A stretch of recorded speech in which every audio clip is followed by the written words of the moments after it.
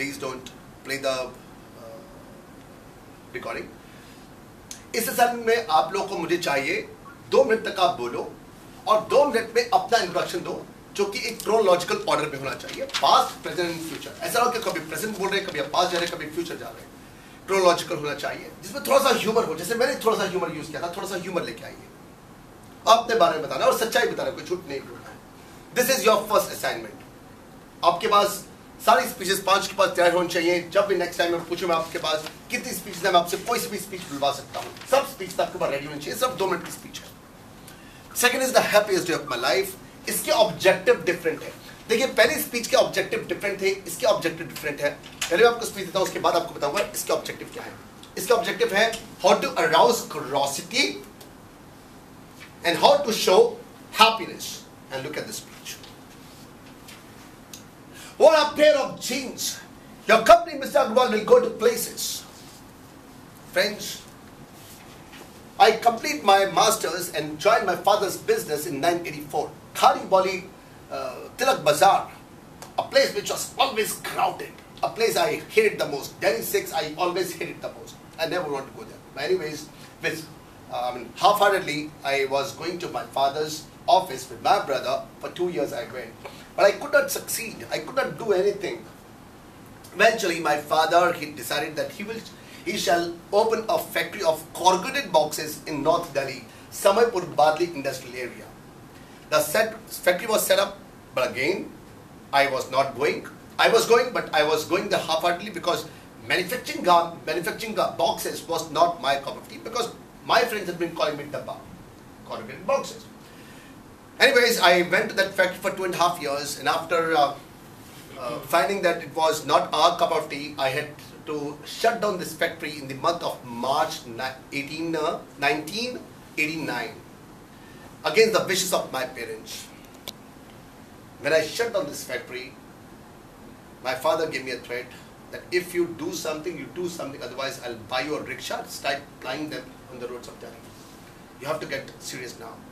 That's when I thought, why not I pursue my dream, and I wanted always to become a fashion designer. I took a 6-month course from an institute and then launched myself in the month of November 99 as a fashion designer. Now, a month after, my first lot, my first consignment was ready to launch in the market. I had orders with me. 164 pairs of jeans were ready to dispatch. That morning I cannot forget. My palpitations were high. I had doubts, uncertainties, whether my medal will be sellable, will be sold, will be accepted or not. With all these doubts, I sent these 164 pieces to various 5-6 shopkeepers, and there had been no response. And that day I waited for the phone call. Anybody would give me a feedback. Please tell me if this is accepted by the customers, if it has been accepted, but there had been no phone call. About 7 o'clock, I received a call, and this was from the purchase department of Ebony Department Store, South X. The lady said, Mr. Agarwal, we received 62 pieces which you sent in the morning, and out of those 62 pieces, 27 pieces are sold already. Can you send us goods worth 4 lakh rupees within the next 10 days? I said, ma'am, I will check back and get back to you by tomorrow. Certainly would like to send you goods. Saying so, I put the phone and I shouted, Eureka! Eureka! Wow! The breakthrough I had been looking for, the success I had been waiting for a long time has come my way now. I called up my mother, who had always been dissuading me to come to this profession of garment manufacturing and designing. I told her that this is what I've got, Mom. Let's have a party tonight. Friends, if you ask me, the happiest day of my life. That day when I got a repeat order of 4 lakh rupees was and has been the best day of my life ever. So the objectives are 2. Number 1, मैंने starting में आपको नहीं बताया. So I gave a hint in the beginning. What a pair of jeans. This company, Mr. Agarwal, will go to places. लेकिन आपको बताया नहीं कि मेरा happiest day कौन सा है. So I arouse curiosity. So arousing curiosity is the objective of assignment number 2. And number 2, जैसे आपको happiest moment पे आना है, you have to show excitement. मैंने ऐसे नहीं किया.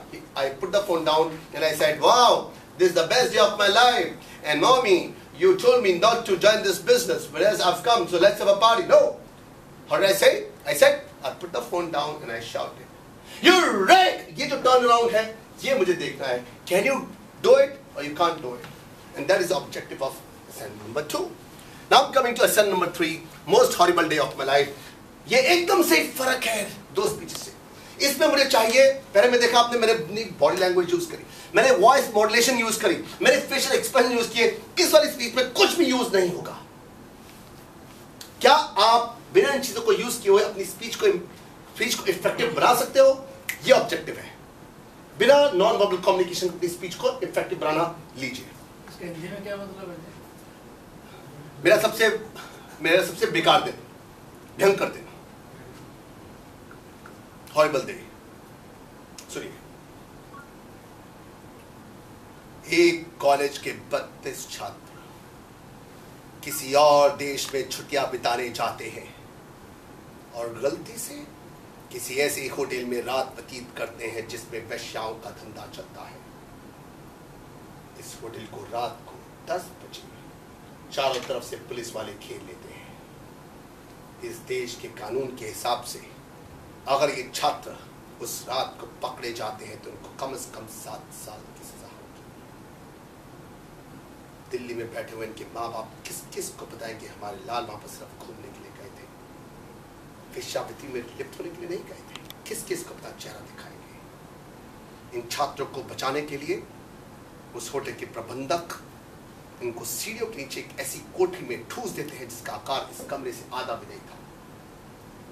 तापमान गिर के -2 डिग्री सेल्सियस तक पहुंच जाता है. कंबल की कोई व्यवस्था नहीं है. डर के मारे अगर एक भी आहट होती है ऐसी, पुलिस वाले पूरी रात इन छात्रों को ढूंढने के लिए ऊपर से नीचे, नीचे से ऊपर सीढ़ियों में एक भी आहट होती है तो इससे मर जाते हैं. डर के मारे अगर इन लोगों को उल्टियां होती है तो एक दूसरे के ऊपर करते हैं. पूरी रात पुलिस वालों के जूतों की ठक ठक कानों में हथौड़ों की तरह लगती है. ठक ठक ठक. जी हाँ दोस्तों, यही हुआ था हमारे साथ जब से 30 साल पहले हंसराज कॉलेज के हम 32 छात्र काठमांडू घूमने गए थे. आज उस रात को गुजरे हुए 30 साल हो चुके हैं. उस 30 साल के बाद भी उस रात का एक एक क्षण मानो आंखों के सामने चलचित्र की तरह चलता है, चलचित्र की तरह चलता है, चलचित्र की तरह चलता है. ये असाइनमेंट है मोस्ट हॉरिबल डे. इसमें आपकी स्पीड बहुत धीरे होनी चाहिए, बॉडी लैंग्वेज ज़्यादा नहीं होनी चाहिए, बहुत कम. अगर आपका हाथ ऊपर उठता है तो बहुत स्लो मोशन में होना चाहिए. क्या आप बिना इन सब चीज़ों को यूज़ किए, किसी भी चीज़ को प्रयोग ना किए हुए, क्या आप एक अच्छा भाषण दे सकते हो? ये है इसका ऑब्जेक्टिव, ये है इसका पर्पस, ये है आपका असाइनमेंट नंबर 3. समझ रहे हैं आप बात को? दूसरी के अंदर मुझे चाहिए थी आपकी बॉडी लैंग्वेज, आपकी वॉइस की वैरायटी. इसके अंदर बिना उसके चाहिए क्या आप अपने भाषण को इफेक्टिव बना सकते हो? आप ऐसे बोलोगे, एक कॉलेज के 32 छात्र किसी और देश में छुट्टियां बिताने जाते हैं और गलती से किसी ऐसे होटल में रात व्यतीत करते हैं जिसमें वेश्याओं का धंधा चलता है. अनुराग, आपने तो कहा था बॉडी लैंग्वेज यूज नहीं कीजिए. मैंने नहीं कर रहा, फेशियल एक्सप्रेशन नहीं है, लेकिन क्या आपका ये स्टाइल इफेक्टिव है, इंटरेस्टिंग है? अपने आप से पूछिए. मुझे चाहिए वो सब तरीके. हर एक भाषण का अपना एक पर्पस है, एक तरीका है. ओके, हम लोग आते हैं चौथे पर, most embarrassing day of my life. और इसमें मुझे चाहिए कई स्टाइल. इसमें मुझे चाहिए आपका हंसना भी, आपका एम्बैरेस होना. एम्बैरेस का मतलब है शर्मनाक दिन. और सुनिए, मेरा सबसे शर्मनाक दिन. तालियों के गड़गड़ाहट में स्वागत कीजिए, अगले माह की हमारी एलुमनाई के मास्टर ऑफ सेरेमनीज होंगे. हमारे मंच के संचालक होंगे पूर्व छात्र मीट के मास्टर ऑफ सेरेमनीज. तालियों की गड़गड़ाहट हो जाए. वो है अनुराग अग्रवाल. इतना